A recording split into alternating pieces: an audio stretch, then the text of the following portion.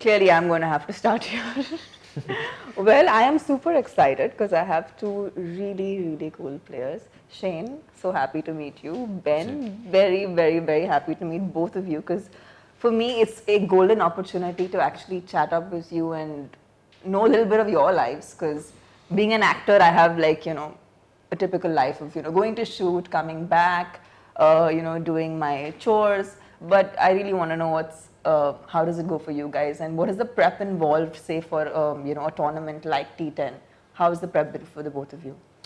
Yeah, so for me personally, my preparation routines are very much the same in all tournaments I play now. I've been playing for quite a while, so I've sort of developed a routine that works really well for me. So whether that's in the lead up to a game, it's making sure that I'm mentally as fresh as I possibly can be. Hydration-wise, it's really important, especially playing in India, for example, when it's hot. I need to make sure that I'm hydrated so I don't cramp up or get too fatigued. But that's most importantly as well, it's enjoying the environment that I'm fortunate enough to be in now. Being able to play in different tournaments and different teams throughout different parts of the world, it means I get a chance to be able to connect with different people that I normally wouldn't have a chance to do. So I make sure that I make the most of that as well because it's a very cool part of what I do. Yeah. How about you, Ben? Very similar. I love my routines like Shane. Wake up in the morning, I do the same thing. I grab my breakfast and my coffee, head to the gym for an hour and jump on the bike just to start ticking the legs over and getting moving for the day. So particularly if the game, like tonight, is a bit later at night, it's 8 o'clock, so I'll probably go back again after this and get back into the gym. And I'm just trying to keep my body moving all the time, so I'm ready. So every time the format of the match changes, like this is T10 for example, is there a different kind of orientation that you need, or a different kind of, like as a team when you guys work together, do you discuss things or strategies differently than when you would play in any other format? Yeah, before every game we usually have a team meeting, whether it's 2020 or T10. Usually it's driven by Shane the captain and Mushy the coach as well. And we just sort of structure our team meetings differently around who we're playing and the strategies we're going to take out onto the field as well.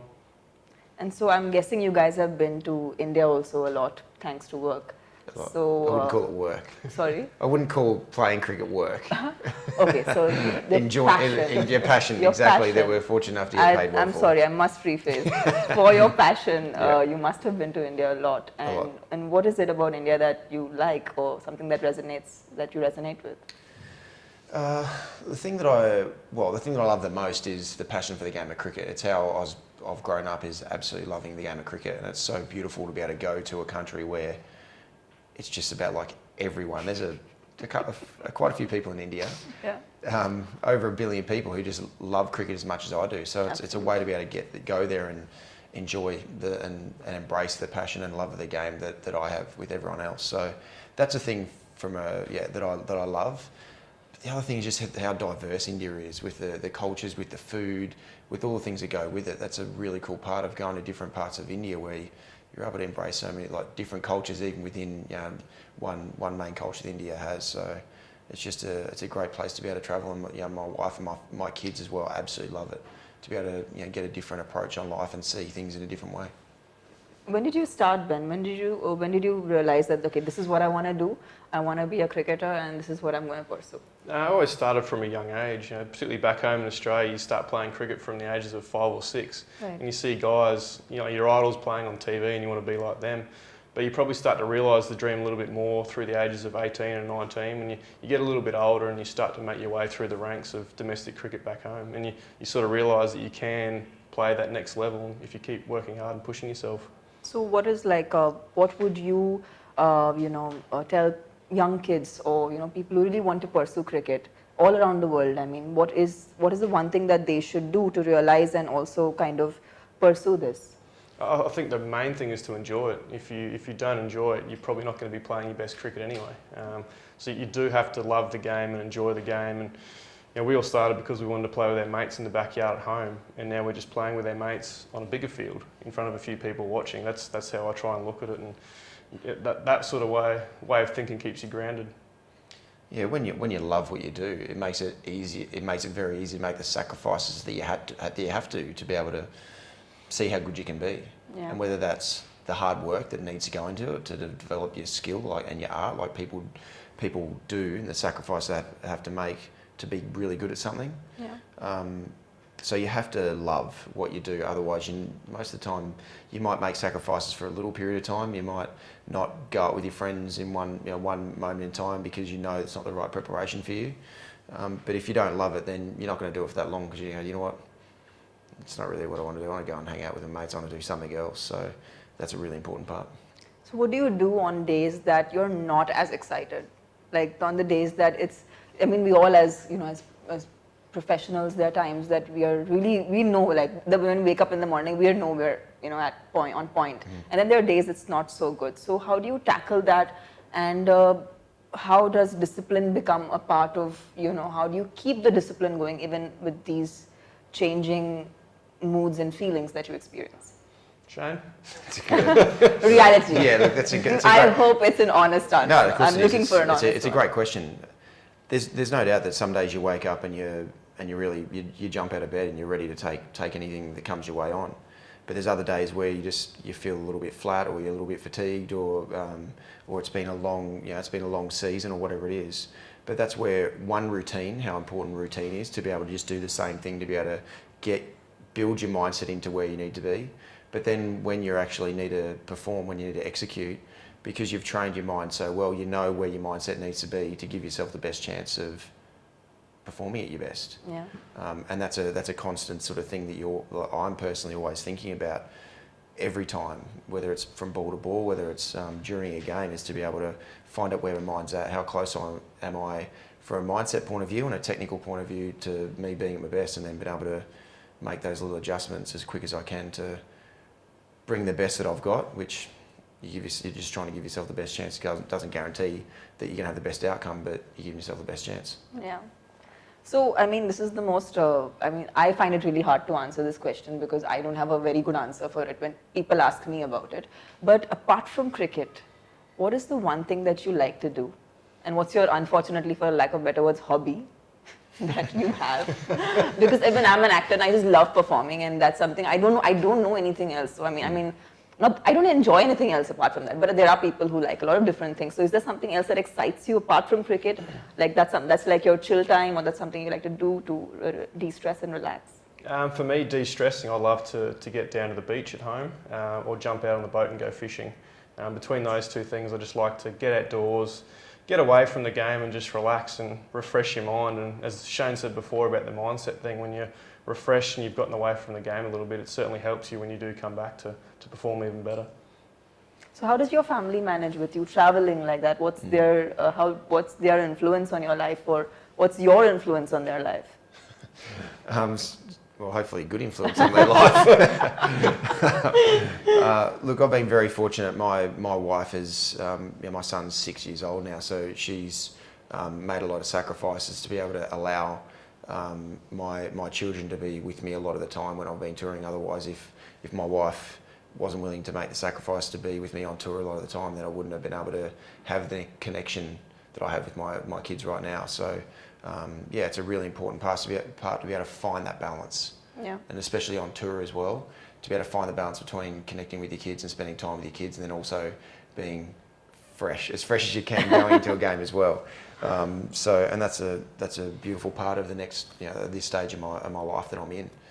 So that's one of the things I do love as downtime, is to be able to spend as much time as I possibly can with my kids, even something as simple as when I'm at home, dropping my kids off at school and then picking them up from school and seeing the joy most of the time that they have of being at school and me picking them up. How about you, Ben? Very similar. My partner, my fiance back home, Erin, she travels and works probably just as much, if not more, than I do. Yeah. So she's pretty understanding of what the job entails. So when I go on the road, I miss her and my little dog the most, and obviously the rest of my family as well. But definitely those two. Yeah. No, I feel you when you say your dog as well, because when I go back home, I'm not allowed to meet anyone else. I have to first address my puppy, and then I can meet the rest of my family. So I feel you. Coming back to T10, tell me, how's it been? What's your experience till now in the match, and what's your feeling about what's going to happen?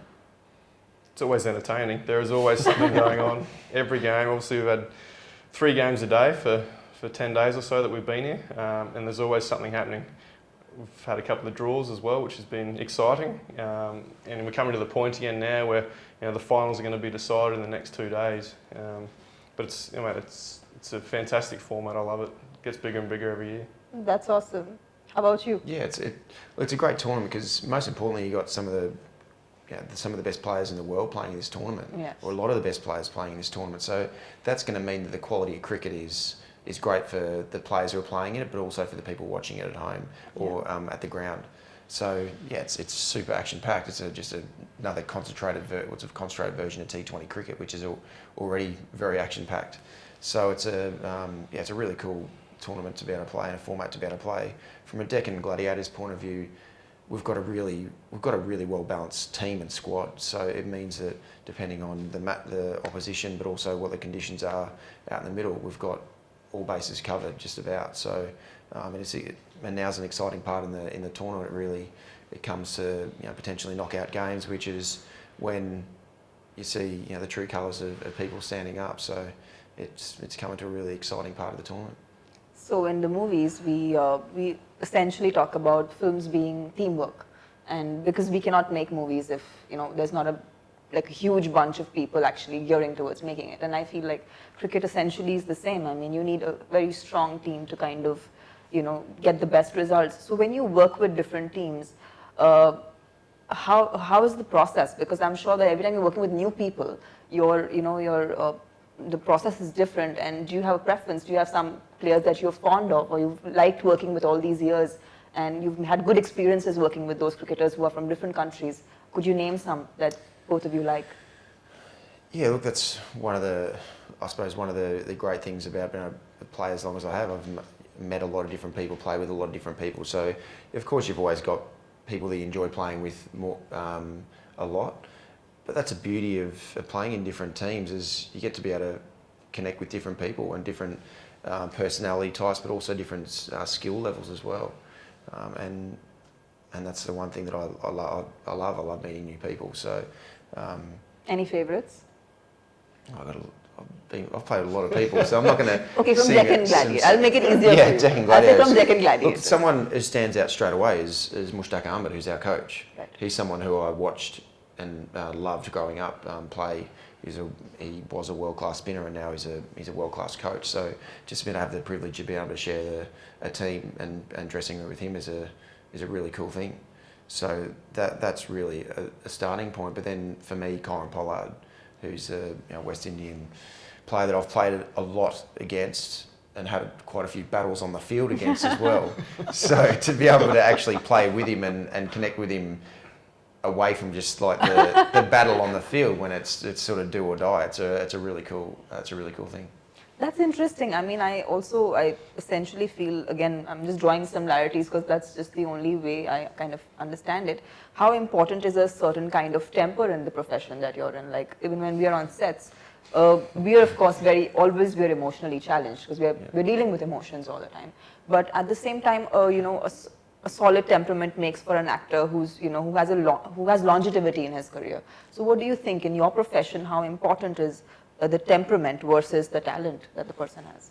I think the ability to stay calm. Acting like cricket, obviously cricket, there's a few more balls that fly around, and you're playing in front of a huge audience where the game can rest on whether your ball goes for six or not. Yeah. And the ability to stay calm and I suppose be decisive in the heat of the moment is the difference between your team winning and your team losing. I think trying to push that all aside and just relax and focus on the task at hand is very important. Yeah, and different people have got different intensity levels as well that gets the best out of themselves. Yeah. So some people are more in a really relaxed, chilled space in like their own little bubble that nothing sort of penetrates it, whereas some other guys, a bit more like myself, is a bit more charged up and really love that competition out in the field. That sort of gets the best out of me, as long as it. And what's your way of doing it? Well, it's just getting that intensity in my mind, or intensity with the opposition. Hopefully not overstepping the mark, which is always at times it can be a fine line.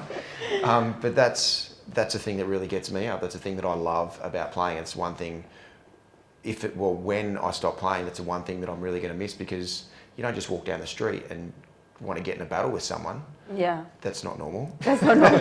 So, but on the cricket field, it's the one thing that I love. It gets me up and gets me going. So it's the only time in my life that I really are able to get into that headspace, unless it's my son or daughter doing something that's not right. Okay, so I mean, India, of course, is about movies, cricket, and cannot not mention about food. So I want to know, is there something that you guys love from Indian food? Is there a specific dish that you're really fond of? And if at all, who is the biggest foodie in your team? I do love a good Hyderabad biryani. Oh, nice. Yeah, it's probably my favourite. Seriously good, yeah. And you, Shane? I love most South Indian food because it's a bit lighter. It's a bit more.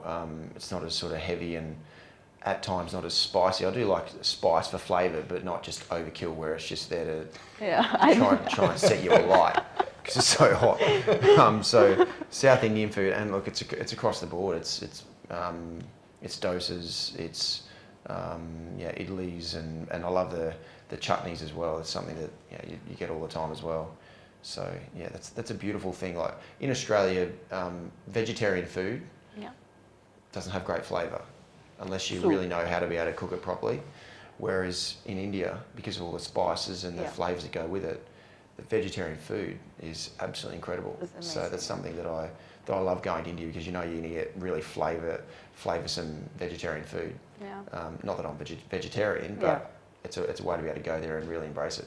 There's a wider variety in vegetarian versus other nations, for sure. Because we cook a lot of vegetarian food. Exactly, you're the masters of it. Yeah.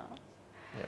So yes, it's been amazing knowing so many things about you guys, and I think I take this back as a very special experience because I would have never else had an opportunity to know so many small things about you, and wishing you all the very best for the matches that are coming.